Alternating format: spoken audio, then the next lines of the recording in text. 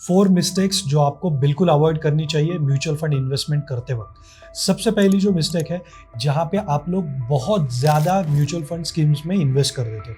बहुत ज़्यादा mutual fund scheme में अगर आप इन्वेस्ट करते हो तो उसमें होता क्या है कि आपके पास म्यूचुअल फंड स्कीम तो ज़्यादा दिखती है, लेकिन उनमें स्टॉक जो है वो ओवरलैप दिखते हैं। मतलब आपने समझो 5 म्यूचुअल फंड में इन्वेस्टमेंट किया है, उसमें से 2 म्यूचुअल फंड ऐसे हैं कि जिनका जो स्टॉक एलोकेशन है वो बिल्कुल सेम है या फिर 80% सेम है। तो उस केस में आपका मतलब नहीं बनता कि आपने 2 अलग-अलग म्यूचुअल फंड में एसआईपी की है। उससे अच्छा आप एक ही म्यूचुअल फंड में जो है वो सारी एसआईपीज़ जो है वो आपने ट्रांसफ़र कर दीजिए। ये पहला मिस्टेक हो गया।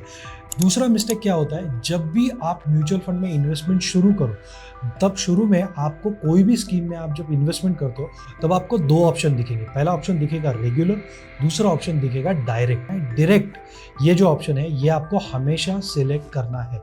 इसके पीछे की वजह ये है क्योंकि जब भी आप रेगुलर ये ऑप्शन सिलेक्ट करते हो, तो आपकी जो फीस है वो थोड़ी बहुत बढ़ जाती है। इसके पीछे की वजह ये रहती है कि रेगुलर ऑप्शन सिलेक्ट करने के बाद जो भी आप एसआईपी करते हो, उसमें से एक छोटा पोर्शन जो रहता है वो आपका जो ब्रोकर है उसको चला जाता है। कुछ केस में ऐसा हो सकता है कि आपके ब्रोकर ने आपको एक अच्छा म्यूचुअल फंड जो है वो सजेस्ट किया हो, तो उस केस में ठीक है कि आपने रेगुलर सिलेक्ट किया और उसमें से आपको अच्छे रिटर्न मिल गए, तो उसका एक छोटा पोर्शन जो है वो आपके ब्रोकर को जा रहा है, वो ठीक है। लेकिन आपने कहीं से तो आपके दोस्त से सुन लिया या फिर आपको खुद को पता है, आपने खुद ने रिसर्च किया और आपको पता चला कि ये म्यूचुअल फंड स्कीम जो है वो अच्छी परफॉर्म कर रही है और मुझे इसमें इन्वेस्ट करना है, तो उस केस में आप जो है डायरेक्ट ऑप्शन ही सिलेक्ट कीजिए, क्योंकि उसमें आपकी जो है फीस जो है वो कम पे होगी और उसका इम्पैक्ट आपके रिटर्न में भी दिखेगा। तो ये पॉइंट हो गए 2। अभी बढ़ते हैं तीसरे पॉइंट की तरफ। सो थर्ड मिस्टेक एक हो जाती है जहाँ पे लोग जो है लार्ज कैप म्यूचुअल फंड में बहुत ज़्यादा पैसे इन्वेस्ट कर देते हैं और ब्लू चिप फंड में। तो लार्ज कैप और ब्लू चिप आप कह सकते हो कि एक ही टाइप के कंपनीज में जो है वो इन्वेस्ट करते हैं। और यहाँ पे ऐसा देखा गया है कि 5 साल का अगर हम लोग पीरियड ले, तो वहाँ पे ये जो लार्ज कैप और ब्लू चिप वाले जो एक्टिव फंड रहते हैं वो अंडर परफॉर्म करते हैं इंडेक्स फंड को। और इसीलिए आपको लार्ज कैप या फिर ब्लू चिप जो फंड है उनमें इन्वेस्ट करने से अच्छा है कि आप लोग इंडेक्स फंड में इन्वेस्ट करें। इंडेक्स फंड में इन्वेस्ट करने का फ़ायदा ऐसा है कि यहाँ पे आपको फीस जो है वो काफ़ी कम देनी पड़ती है, काफ़ी कम। मतलब अगर आप ब्लू चिप या फिर एक्टिव आप लार्ज कैप फंड में अगर आप इन्वेस्ट करते हो, तो आपकी फ़ीस 1.5% से लेकर 2% तक हो सकती है।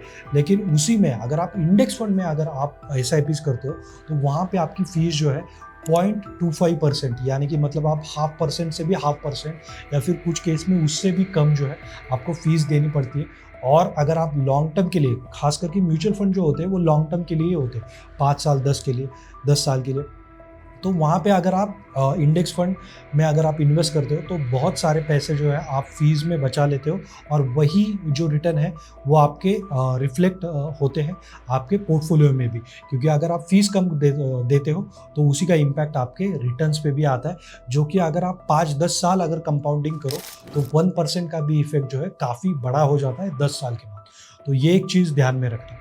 आखिरी मिस्टेक मैं बताना चाहूँगा कि जो बहुत सारे लोग करते हैं, जब भी कोई नया फंड आता है जिसको हम लोग एनएफओ बोलते हैं, मतलब जैसे ही किसी कंपनी का अगर नया शेयर आता है तो उसको हम लोग आईपीओ बोलते हैं, वैसे ही अगर नया म्यूचुअल फंड अगर मार्केट में आ रहा है तो उसको एनएफओ कहा जाता है। तो यहाँ पे जिस भी कंपनी का ये एनएफओ होता है वो बहुत ज़ोर शोर से मार्केटिंग करती है, जो यूट्यूबर्स होते हैं उनको पे करते हैं उनका मार्केटिंग करने के लिए, और बहुत सारे लोग सिर्फ उसकी एनएवी छोटी है ये देख के या फिर एनएफओ आया है ये देख के उसमें बहुत ज़्यादा इन्वेस्टमेंट करते हैं, और बहुत बार ऐसा देखा गया है कि वो फंड जो है ज़्यादा अच्छा परफॉर्म नहीं कर रहा। तो कोई भी फंड या फिर नया आ रहा है या फिर सिर्फ उसकी एनएवी छोटी है ये देख के कभी भी इन्वेस्टमेंट मत कीजिए। एनएवी छोटी होना इसका मतलब आपके रिटर्न्स बढ़ेंगे, ऐसा बिल्कुल नहीं होता। एनएवी कम क्यों होती है? जो फंड्स नए होते हैं उनकी एनएवीज कम होती है और जो फंड्स पुराने होते हैं उनकी एनएवीज ज़्यादा होती है। लेकिन अगर आपका फंड मैनेजर अच्छा नहीं है, अगर उसका स्टॉक सिलेक्शन अच्छा नहीं है, तो आपकी एनएवी छोटी हो या बड़ी हो, वहाँ पे पैसे नहीं बनेंगे।